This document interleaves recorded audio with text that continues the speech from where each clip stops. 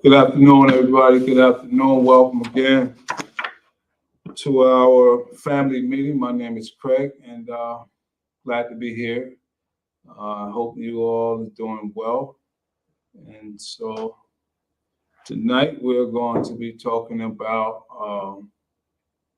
a very interesting article that I'm gonna bring to you tonight. I hope you enjoy it. And so, without further ado, I have someone with me tonight, and you can't see him, but you definitely probably will hear him at some point. And if you want to introduce your name, William. William. Okay, great, William. All right, and so without further ado, let's get right into it. So today's title we're going to be talking about, and that is 10 ways how to help a loved one with a drug addiction. 10 ways how to help a loved one with a drug addiction recovery. All right. And so if you want to get this article, you can go to circularge.com, circularge.com, and you are more than welcome to get this article. All right. And so let me get right into it. And so it starts off by saying, if someone you love has a drug addiction, you probably have a lot of questions about the addiction itself and treatment like drug rehab. First, we need to treat the physical dependence with medical detox. After that, we approach the mental cravings and underlying compulsive thoughts to break the foundation of psychological addiction. All right? And so that is something good to know.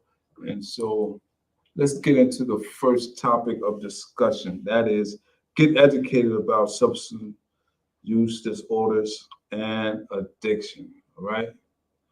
Get educated about substance use disorders and addiction. And so this article starts off letting us know, take the time to learn more about the nature and behavior of drug addiction. Addiction is much more than substance abuse of things like cocaine, alcohol, marijuana, or prescription drugs. It can be a behavior that is usually due to some underlying emotional issues, chemical imbalance, or other disorder that causes a person to act a certain way or to self-medicate. Substance use disorder encompasses a broad range of substance-related issues, including drug addiction. All right. All right. And so let me see. Who's that right there? It's Jomar. Hey, Joe Mar. Sorry about the inconvenience. Uh, things happen, little technical difficulties, but I'm glad you're here. And so tonight we're talking about 10 ways how to help a loved one with drug addiction. All right.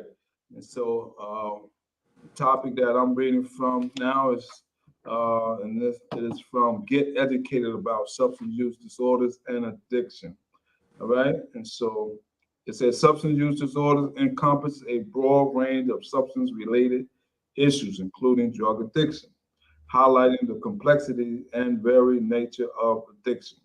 People with such behaviors can be addicted to just about anything in an unhealthy way, whether it is sex, exercise, work, eating, or a substance. And so there are multiple addictions that we're aware of, right? And so some people, I'm not sure if you're aware, Jamal, that all the time people switch one addiction to another for another. All right. So let's take me for instance. I may have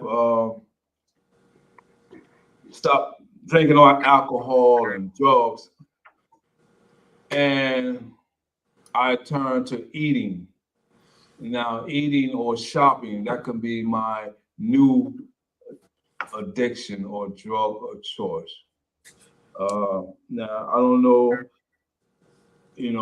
what are things, what are some things that you may feel that you may be have excessive that you may need to get a handle on, or everything in your lifestyle. Jomar, Oh, you talking to me? I'm sorry. I didn't know you were yeah, talking to me. or everything in your life is on even cue. No, because I feel like I'm compulsive about everything a little bit. So like you and so I do believe that when so prior to me even experiencing addiction, I've already had an addictive personality. So I do believe that to be true because I even with well, me personally, like I think that I feel like I'm addicted to everything that I do, whether it be healthy or unhealthy, Yeah, especially if I find pleasure in it. So I wouldn't say that that's not true. I do think it's true that you replace one addiction for another. yeah, that happened to the best of us because they said we must do things in moderation, and so if we're not focused and everything that we do. What about you, Will? I mean, Yeah,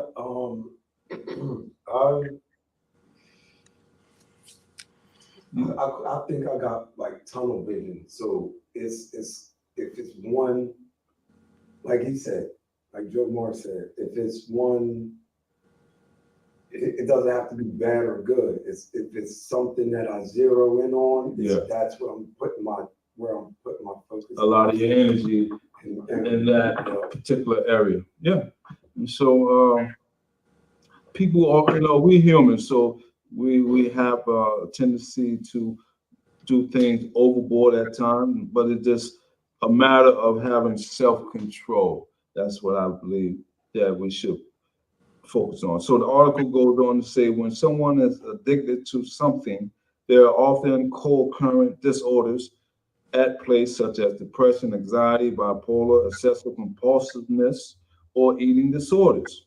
Understanding the role of mental health is crucial in addressing these co-occurring disorders, as mental health professionals can assess the severity of the problem and provide structured treatment programs for sustained abstinence. Once a person becomes addicted to a substance or behavior, the continuing use and abuse are more about homothesis. Homothesis. I hope I'm pronouncing that word right, rather than getting high. As time goes on, the perceived benefits of that behavior or substance that originally lured them in usually fade away, but the need and compulsive impulse remains. Treatment programs like drug rehab work to treat the underlying cause of addictive behaviors. That is why drug rehabilitation can be so instrumental in causing life-altering behaviors and constructive positive change. Woo! Man, whoever wrote this, they sound well read because that is so true. Treatment programs like drug rehab work to treat the underlying causes of addiction behavior, not just the root causes, but the underlying causes. All right. And so let's go on to another topic of discussion that we can both all may uh, agree upon. Offer support, but not enable, but do not enable. Okay. It says enabling a family member's addiction comes in many forms, some of which you may not think are enabling, but are. It is important to recognize the behavior and actions you and your family are carrying out that allow your drug addicted loved one to remain in this destructive state. Enabling can be anything from letting the addicted family member live in your home and abuse substances or carry on with these behaviors while there, or it could be something as simple as making excuses for the person. Denying someone you love basic care or dignity may seem like a very cruel act, but it takes a lot of love to understand your enabling behavior and take steps to stop it. In the end, these actions can help your loved one on the road to recovery. That is so true. I know I'm just thinking about me. If I had a loved one, I know that they're struggling and they need a shower and they need some, something to eat and things like that. Maybe even stay, spend the night. Now that I'm in this field, I may, I'm gonna suggest otherwise. But if I'm not in the field and I'm not aware of how to proceed in the right manner, I may do some of those things. I may enable my loved one. But this article tells us offer support, but do not enable. And so one of the things that, as a recovery coach, one of the things that I know as one of my ethical duties is to help them seek professional help. Joe Ma, give me some feedback.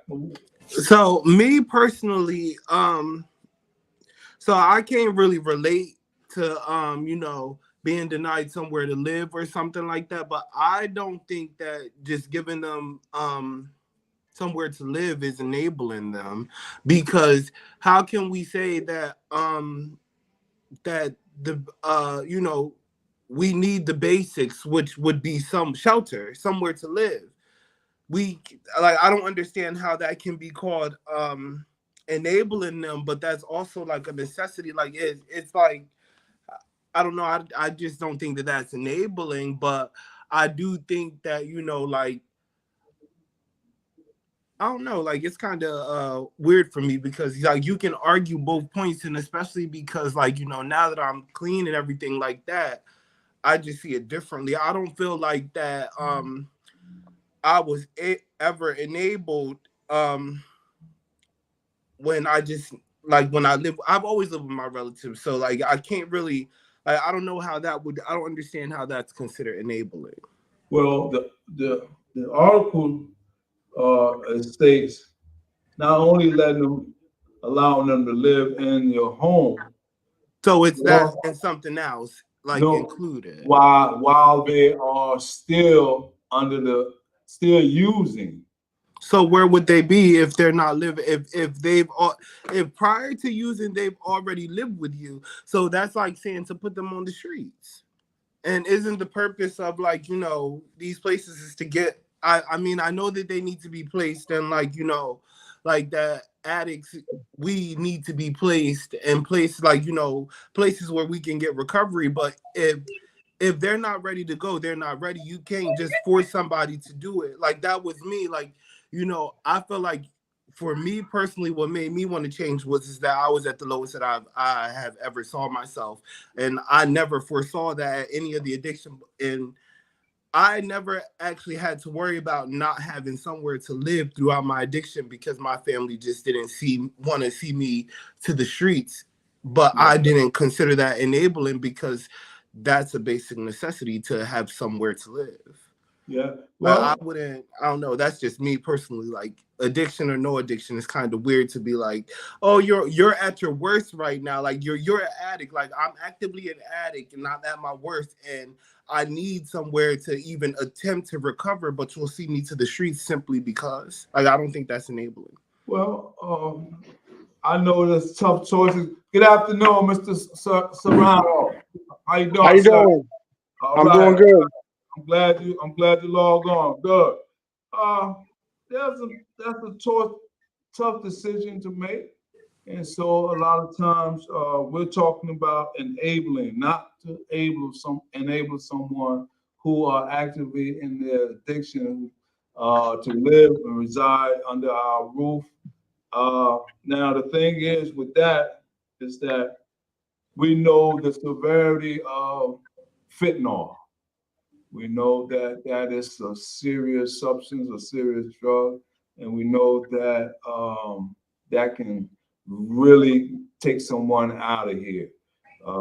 We know all drugs, but that is like it magnifies the drug usage with somebody on the fentanyl, and so now I'm looking at it from, well, I know I don't want them on the street, but I don't want them dead as well, right? And so let's weigh our options out. And so that's where the encouragement, even though they might not be ready, we have to still encourage them to not under our roof, but encourage them to get some. That's what I was gonna say. I was gonna say, well, then in that case, then that's when you should be given conditions while within the house. Like, well, you can't be in this area of the house alone. You provide them with an ultimatum: either you seek help or you have to go. I just think that it's fair to, if they have been living in your house, if we have been living in your house prior to becoming an addict, and then you see that this is taking a toll and this is not an issue, well, you can get help or you can leave. It's up to you. Yeah, and ultimatum. Then at that point, that's the person, you give them an ultimatum. And then if you decide to, well, I would prefer to be an addict on the streets, well, then that's up to you. Now you have to handle what you have to handle. But if you are given the opportunity to still have somewhere to live and you don't take it, then you are reckless. Then There you go. Now we're cooking. Now we're talking. Yeah. So yes, sir. Can I say? I mean, I want to say, like, in my experience, like right now, I'm staying at home with my mother, but there's conditions to me staying home with my mother.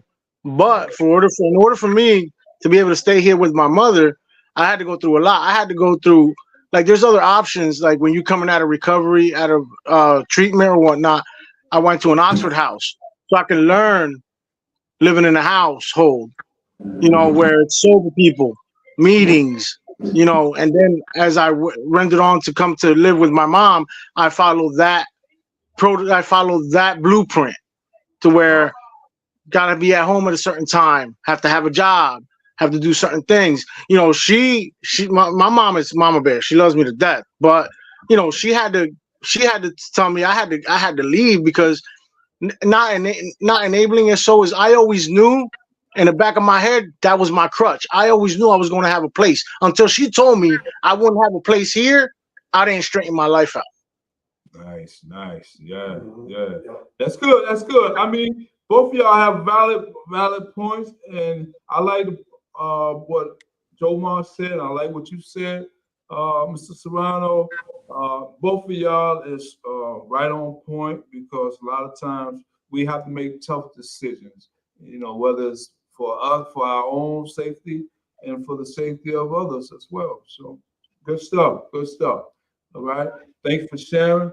You want to say something, Brother Will? Yeah, I was going to play devil's advocate a little bit. You want to play devil's advocate? Okay, come on. I understand and fully agree with the gentlemen both, with what they said. Okay. But I say devil's advocate because coming from the other perspective, I've, without getting personal, I've just been in that enabling position. Yeah. And I've been in that position over the years in the past without knowing it. And with this, it's making me realize like I was that enabler, and it was hurting me because I didn't want to see my loved one on the street. I opened my door, and I figured like, what else? I don't have a choice because, like Lamar said again, they needed the basic necessities of life, which was shelter. Right. And then once I provided that, I'm now realizing that nothing ever got better for that. Right. I'm glad you said that. Nothing ever got better. Yeah, because now they're in a comfort zone. Just like Mr. Serrano said, if his mother didn't say, hey, not here, you got to go, he would never went through the process and got right. I beat myself up about it. I felt guilty. All right, we learned. And I had my hands tied because I didn't know what to say, what to do, how to react. Sometimes I overreacted. Sometimes I didn't react at all. And it was just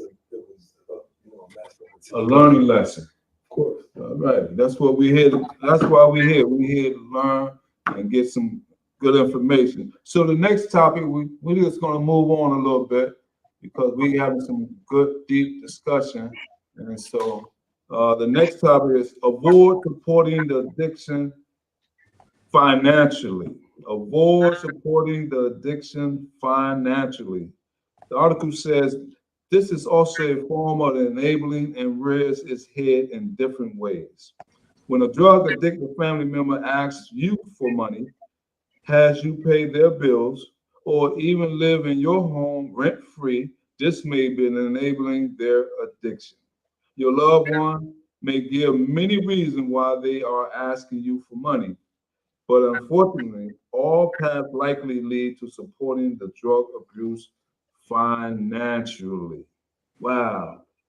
Back to you. You know, if you say it took a while or you went through the process. Um, It's ongoing. It's so I'm learning as I go along, even now. Yeah. Even. okay. So,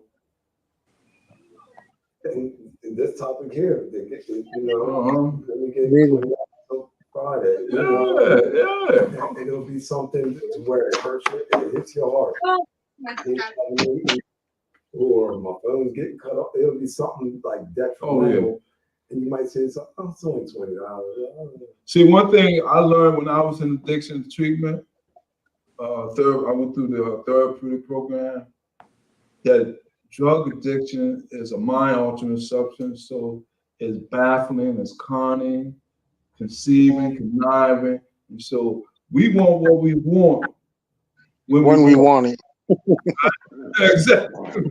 We want what we want when we want it, and so no matter how we got it, go about it, and we not, in our addiction state, we don't see the hurt that we cause in others because we in our disease of addiction.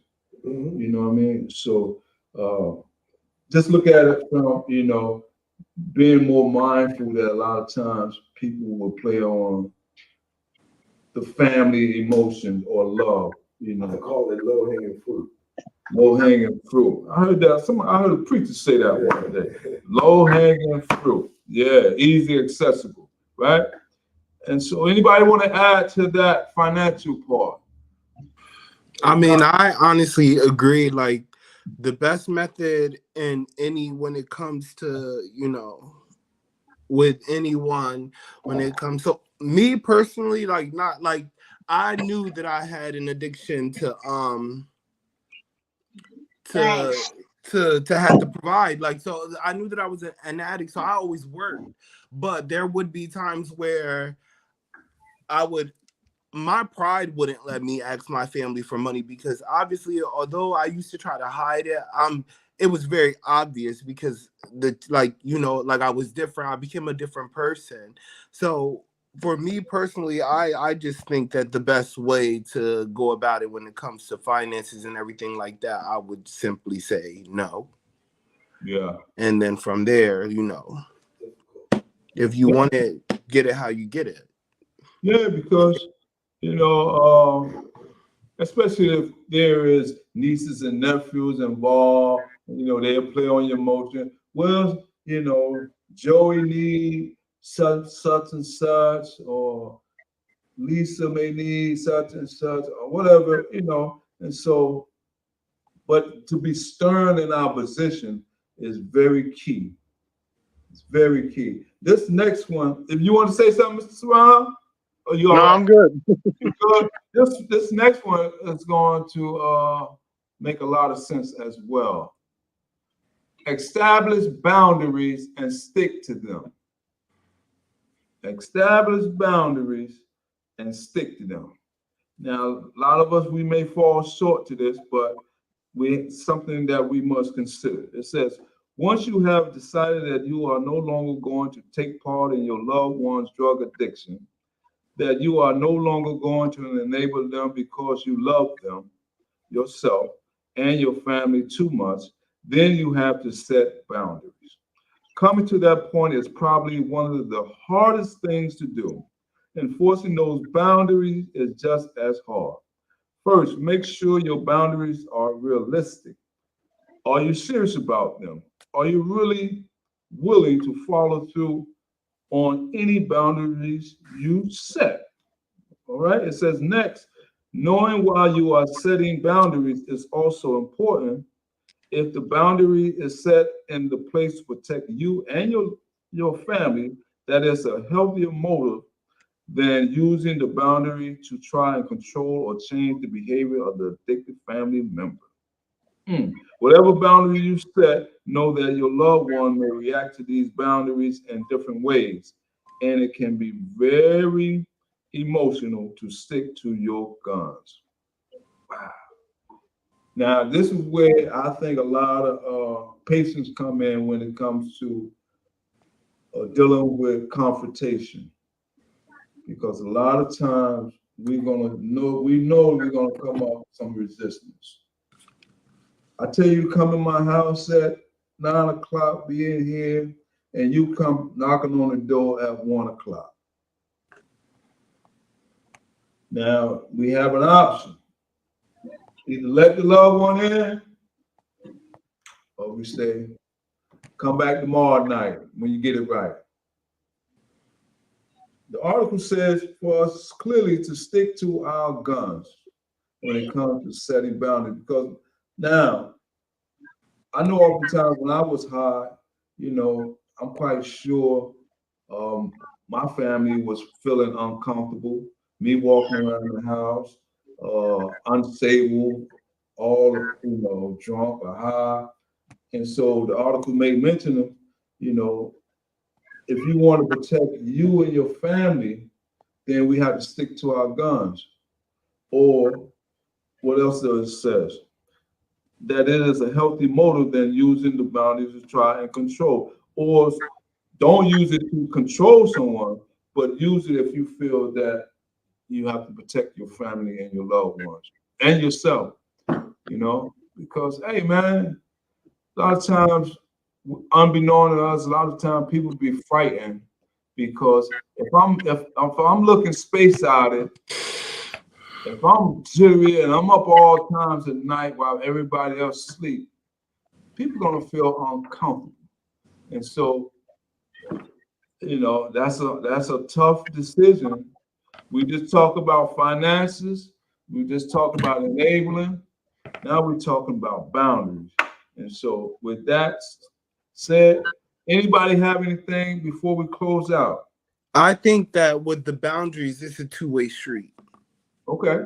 Because one, the thing is like how you said, if someone shows up at 1 o'clock when you told them to come at 9 o'clock, that's a condition. Like you were supposed to be there at 9 o'clock. Like why do you think that I would go back on my word? I'm telling you this because I mean it. So be in the house at 9 o'clock. You have all this time to be out getting high, but be back. And if you're going to stay out and you're going to be getting high and surpassing 9 o'clock, well, then stay where you're at getting high, because you were obviously able to be there all day and getting high. Stay there. Come back tomorrow when you know that I will let you in, and that's to evade issues. But the next thing is that when you want to keep your boundaries in play, I personally think that having a curfew, that's a condition.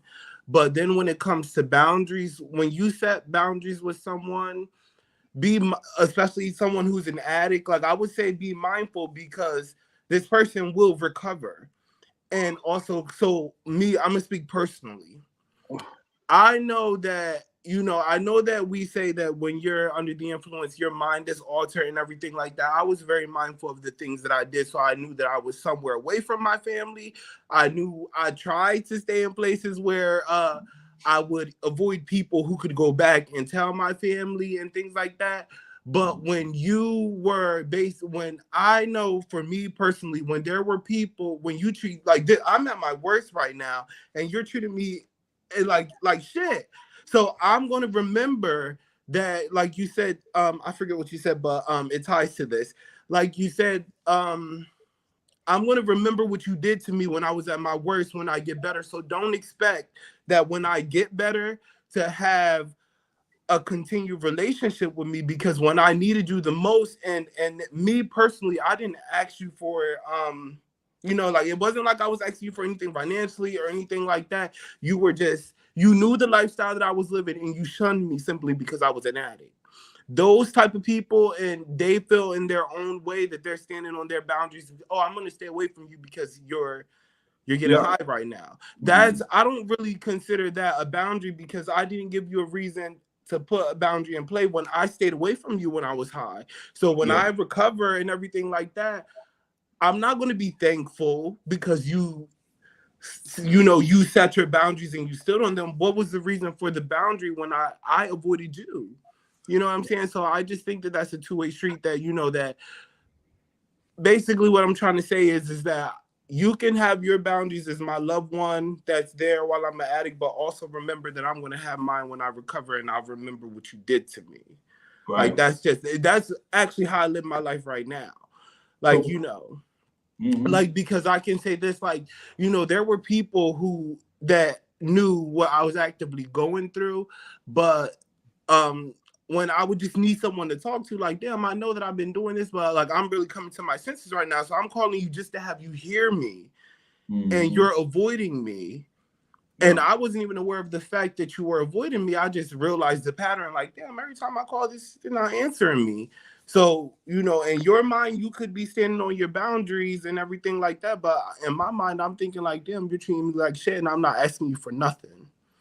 So when I recover, don't expect to have a continued relationship with me, because I know what you did to me, and you couldn't even tell me why you were treating me the way you were. You just set your boundary. So when you set a boundary, make sure that you are clarifying why this boundary is in play. Don't just have one and then make it one-sided and you're the only one who's aware of it.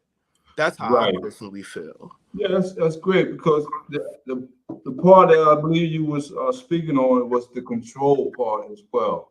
You said, okay, now I might be in my active state of addiction, but when I get sober and I'm in recovery, I'm going to remember that you tried to control my life. You didn't make it clear why you. That's like with a child. A lot of times we tell a child to do something, but we don't explain to them why we put them on punishment or whatever. We don't explain to them why you were doing it. Give them clear understanding and purpose. Say, listen, if you continue going down the path, this is what's going to happen. And so then once a person get a clear understanding, we on even playing field. Now we have a better relationship, right? Because we're talking about family members as well. We're talking about relationships. We're talking about communication. We're talking about being upfront. And so Clarification. Clarification, exactly. And so we're covering a lot of grounds here. And so you want to add something, Mr. Serrano? I mean, as far as boundaries, I kind of understand where you're coming from, where like people have to be clarified, because I had the same type of issue where somebody didn't clarify their boundaries. So it's almost like, and I understand, I gotta say this, is sometimes we create people putting boundaries with our addiction. Like that's something we've created.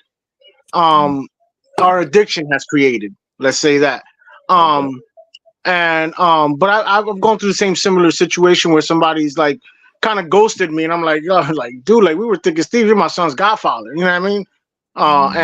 And it hurts, because it's just like, I'd rather you tell me why you're not speaking to me or why you chose to stay away, instead of you ghosting me and not saying anything and then telling everybody else that's the reason why. So I want to piggyback off that and say I understand where he's coming from. Yeah. It's great illustration, great information. Man, y'all hitting everything on all cylinders. Mr. Williams. Yeah, I got something to say.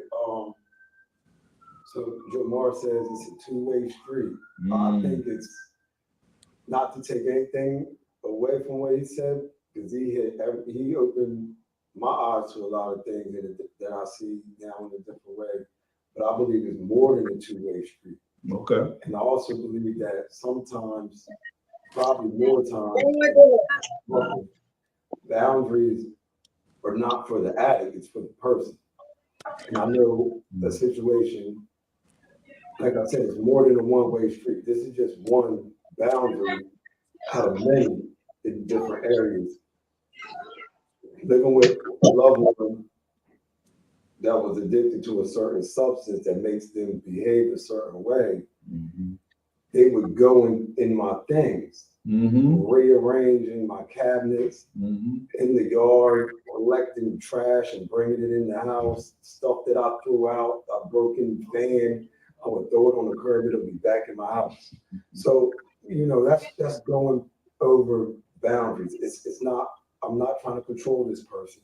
Right. I'm not telling this person what to do or what not to do. Like, you're encroaching. So, you know, it's a boundary, like, as a line. Yeah. Like, you know, you're going over that line. And another, you know, another way I see these boundaries is now I'm gonna flip it and I'm gonna play devil's advocate with myself. Okay. I used to drink alcohol to the point to where I would black out. Either I would pass out or I would mentally pass out, where I would be active and doing things and be completely unaware of what's going on. Right. You know, the next day when I'm sober, I was aware that I blacked out, but I continued to do these things because I had enablers. You know, I was living with a woman where, you know, if I was to black out, they would be like, man, come get your dude. Right. They would call her up. She'll come. And she'll come. Right. And, you know, I'm gonna get a little bit more personal because these things happened over a decade ago. Okay. And, you know, I've since gained custody of my children, you know, over a decade ago. And now I have a woman taking care of my children. I knew that they were safe at home, fed, in bed. I'm going out. So you kept doing your thing. I'm doing my thing, knowing that if anything goes wrong, They she won't come get me. So now it got to the point where I gotta go to work and I wake up to go to work and I'm not home. So I'm like, why you ain't come get me? And that was, you know, I went over the boundaries. That's when she set that boundary.